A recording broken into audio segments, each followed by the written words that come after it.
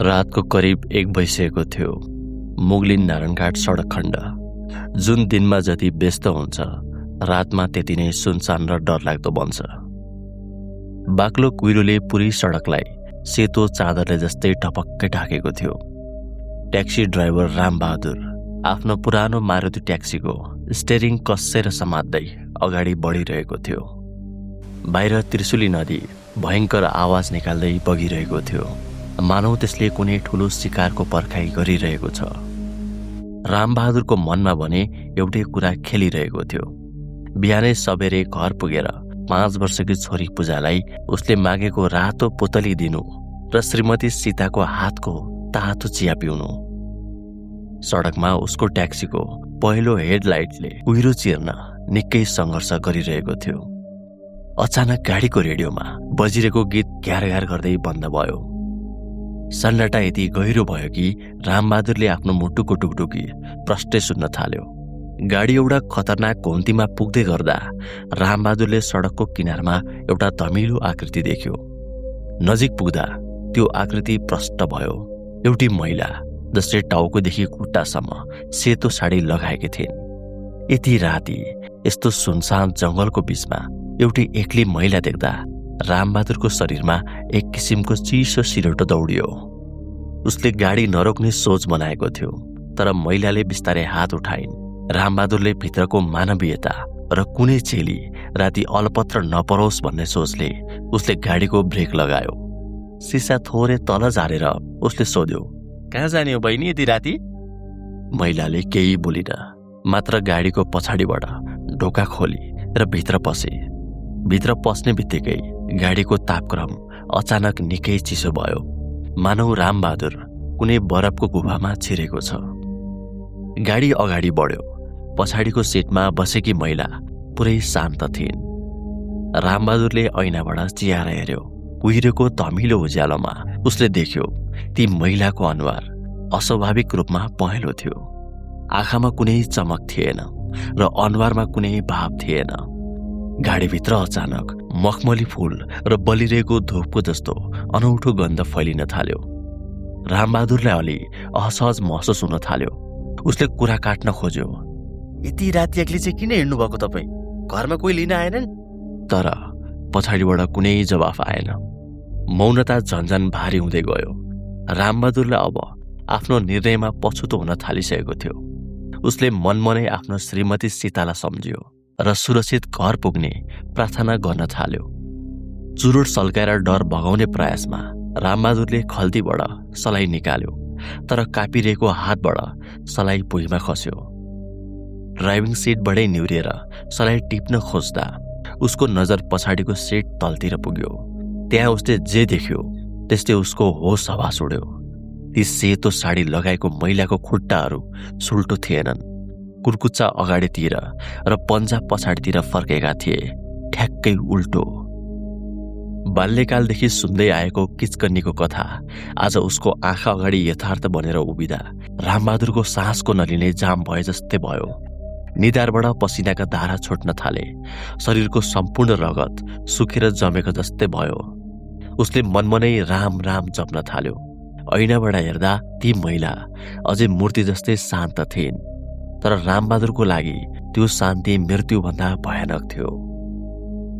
रामबहादुरलाई अब एउटै कुरा थाहा भयो, ऊ आज मर्नेवाला छ। तर उसको आँखा अगाडि छोरी पूजाको अनुहार नाच्न थाल्यो। होइन, म आज मर्न सक्दिनँ। मेरी छोरी मेरो बाटो हेरेर बसेकी छे, मेरी सीता मेरो पर्खाइमा छे।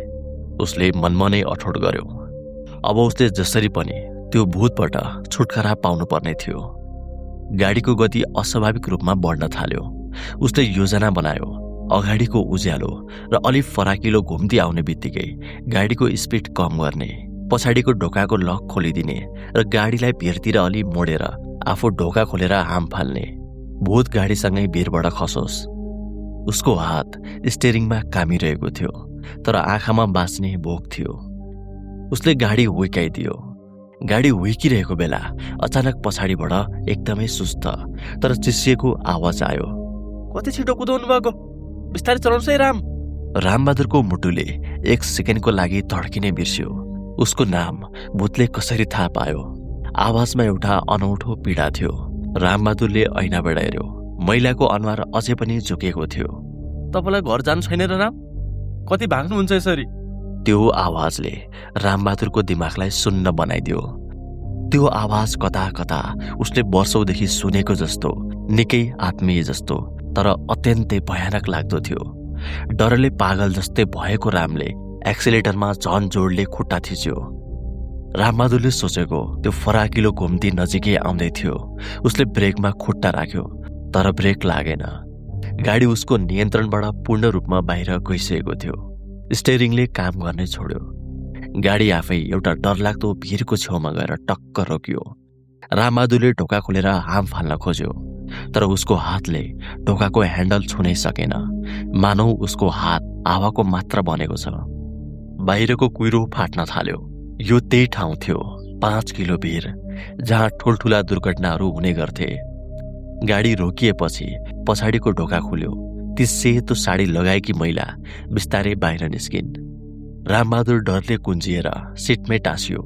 अब उसको रगत पिउने पालो आयो भनेर उसले आँखा चिम्लियो, तर महिलाले आक्रमण गरिनन्। बरु गाडीको अगाडि गएर सडकको बीचमा बसिन्। झोलाबाट एउटा तामाको दियो निकालिन् र बालिन्। पहेँलो उज्यालोमा अब बल्ल रामबहादुरले त्यो महिलाको अनुहार प्रष्ट देख्यो। त्यो कुनै किचकनी वा भूत थिएन। त्यो त उसको आफ्नै प्राणभन्दा प्यारी श्रीमती सीता थिइन्। सीताको अनुहार आँसुले रुसेको थियो। आँखा राता थिए। उनले हातमा चामल र सिन्दुर लिएर गाडीतिर भक्कानिँदै भनिन्, राम, अब त फर्किनुहोस्। कति वर्ष यसरी नै बाटोमा भड्केर हिँड्नुहुन्छ तपाईँ? तपाईँले गर्दा अरू जिउँदो ड्राइभरहरू पनि तर्सेर मर्न लागिसके। प्लिज राम, अब यो माया मोह त्यागेर मुक्ति लिनुहोस् तपाईँले। सीताका कुरा सुन्दा रामबहादुरको दिमागमा भूकम्प गयो। भड्किएको म? अचानक उसको दिमागमा एउटा पुरानो र डरलाग्दो सम्झनाको बाढी पस्यो। 5 वर्ष अगाडिको ठिक यही दिन, भारी वर्षा, मुगलिनको यही भिर। अगाडिबाट आएको ट्रकले उसको ट्याक्सीलाई ठक्कर दिएको थियो। गाडी कुचिएको थियो। उसले आफ्नै शरीरलाई रक्ताम्य अवस्थामा स्टेरिङमा चेपेको देखियो। उसले आफ्ना खुट्टाहरू हेरे। ती खुट्टाहरू अघि उसले पछाडिको सिटमा देखेको जस्तै भाँचिएर कुल्चिएर उल्टो फर्केका थिए। हो, पछाडि सिटमा बसेकी सीताको खुट्टा उल्टो होइन, त्यो त मृत्युको बेला रामबहादुरको आफ्नै भाँचिएको उल्टिएको खुट्टाको धमिलो र भयानक सम्झना थियो, जुन भ्रम भनेर उसले सीतामा देखेको थियो। खासमा भूत सीता थिएनन्, भूत त ऊ आफै थियो। 5 वर्षदेखि उसको आत्माले आफू मरेको स्वीकार गर्नै सकेको थिएन र हरेक रात परिवारलाई भेट्न भन्दै त्यही खाली ट्याक्सीको भग्नावशेष लिएर यो बाटोमा कुदिरहन्थ्यो। सीता एक सिद्ध धामिनीको सहयोगमा आज आफ्नै श्रीमानको भड्केको आत्मालाई शान्ति दिन तान्त्रिक विधि सिकेर त्यही बाटोमा आएकी थिइन्। रामबहादुर बिस्तारै गाडीबाट बाहिर निस्कियो। उसको शरीर अब मानिसको जस्तो ठोस थिएन, कुहिरो जस्तै धमिलो र पारदर्शी बनिसकेको थियो। सीता, रामबहादुरको गला अवरुद्ध भयो। म मरेको हो र? अनि हाम्रो पूजा, उसको पुतली? सीताले रुँदै जवाफ दिइन्, पूजा अब 10 वर्षको भइराम। उनी हजुरलाई धेरै सम्झिन्छन्, तर हजुर यसरी यहाँ भड्केर हामीलाई शान्ति मिल्दैन। मैले हजुरको काजक्रिया गरिसके। अब जानुस् राम, हामीलाई बिदा दिनुहोस्। आफ्नो वास्तविकता थाहा पाएपछि रामबहादुरको आत्मामा रहेको छटपटी अचानक शान्त भयो। उसले मायालु नजरले अन्तिम पटक आफ्नै श्रीमतीलाई हेर्यो। मलाई माफ गर सीता, मैले तिमीहरूलाई धेरै सताएँ। मेरो पूजालाई राम्रोसँग हुर्काउनु है। यति भन्दै रामबहादुरको आकृति बिस्तारै पहेँलो दियोको उज्यालोमा मिसिन थाल्यो। कुहिरोको बीचमा बिस्तारै ऊ बिलाएर गयो। सडकमा अब केवल सीताको सुकसुक र त्रिशुली नदीको सुस्केरा मात्रै बाँकी रह्यो। 5 वर्षदेखि मुगलिन नारायणगढ सडकमा तर्साउने त्यो उल्टो पाइलाको रहस्य सधैँका लागि शान्त भयो।